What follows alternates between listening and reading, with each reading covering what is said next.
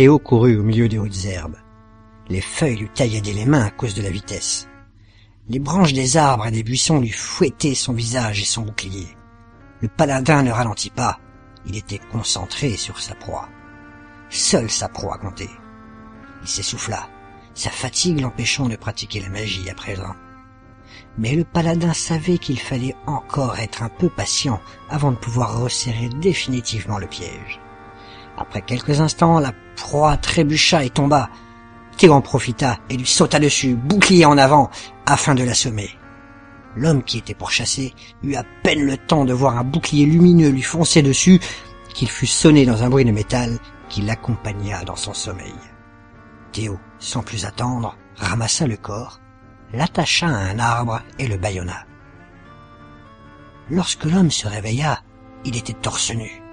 Une plaie encore ouverte sur sa cage thoracique avait été faite au couteau.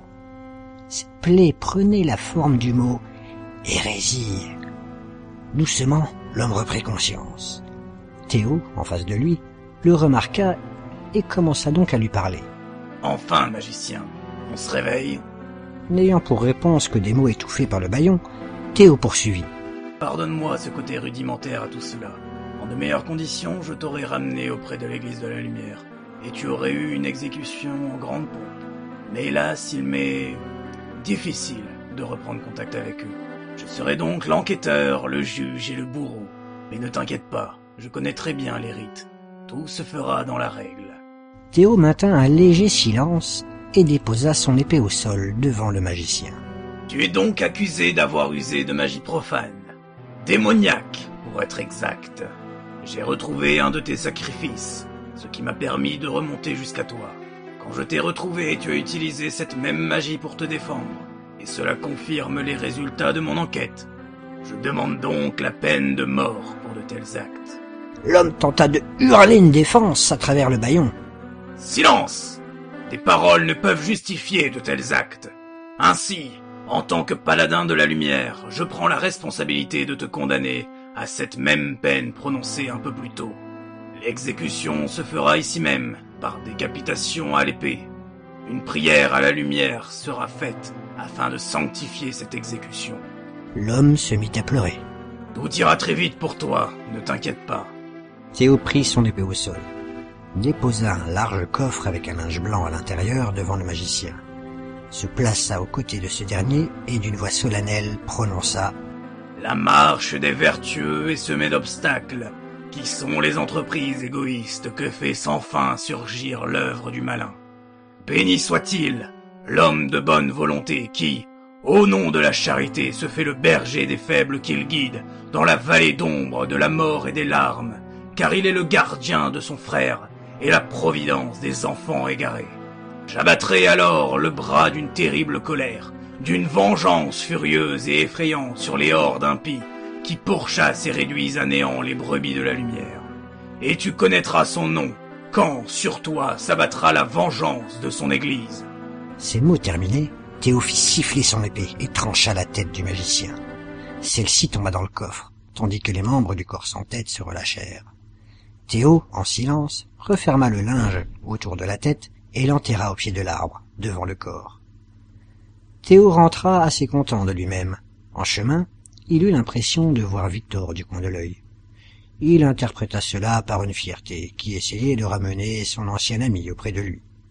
Il n'y prêta donc pas plus attention, mais resta sur ses gardes. Après tout, il était recherché.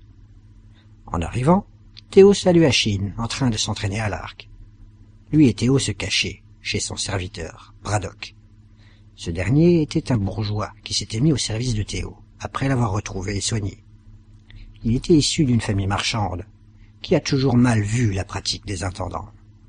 Avec la montée en puissance de ces derniers, Braddock pensa à l'apparition d'un danger réel.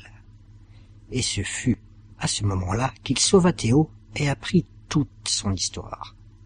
L'engouement du jeune paladin contre le danger que représentaient les intendants avait inspiré cet homme qui décida de se mettre à son service. Théo se permit une petite discussion avec Braddock dans la pièce à vivre, mais fatigué, il alla se coucher rapidement. En arrivant dans sa chambre, à l'étage, il s'installa un instant dans le fauteuil. La chambre était l'ancienne chambre des invités, une chambre assez spacieuse, avec 2 fauteuils devant une cheminée, un grand lit double et plusieurs tableaux accrochés au mur. Théo réfléchit un moment à ses actions et sembla assez satisfait. Cependant, un pincement au ventre apparut doucement. La chambre se refroidit. Sans trop comprendre ce qui se passait, il ajouta une bûche dans la cheminée et s'arrêta devant la vitre. Il crut voir une ombre derrière celle-ci. Il la fixa un moment. Presque déçu que son imagination lui joue des tours, il se retourna pour s'asseoir dans son fauteuil. Il remarqua à ce moment qu'il n'était pas seul. Un individu légèrement translucide était assis dans le fauteuil, face au sien. « Mais quelle est cette magie ?» demanda-t-il. « Ne me reconnais-tu donc pas, Théo ?» En plissant les yeux, Théo reconnut Victor et dit « Ta consistance te rend difficile à reconnaître. Tu n'es pas mort ?»« Je le suis, mais parfois, j'ai la possibilité de me promener dans ce monde. Je passe beaucoup de ce temps à tes côtés, mais c'est bien la première fois que tu as la possibilité de me voir. Cela doit vouloir dire que je dois te délivrer le message. » Théo resta perplexe face à cela et ajouta « Un message ?» Oui, quand un vivant voit un mort, c'est que ce dernier doit lui délivrer le message. Cela est logique. Tu as une place importante dans ce qui va se passer, et ta façon de faire doit dévier de la vision souhaitée. « Et qui souhaite cela ?» Je ne sais pas. Après une pause où Victor sembla réfléchir un moment, en observant le feu, il reprit. « C'est sans importance. Ce qui compte, c'est le message. Théo, tu dérives de la foi. » « Comment cela peut être le cas ? J'ai encore retiré une hérésie de ce monde tout à l'heure. » « On t'expliquera. Juste, écoute-moi. » Théo s'affala donc dans le canapé, attentif mais convaincu qu'il n'avait rien à se reprocher. « Tu vas avoir la visite de 3 personnes ce soir.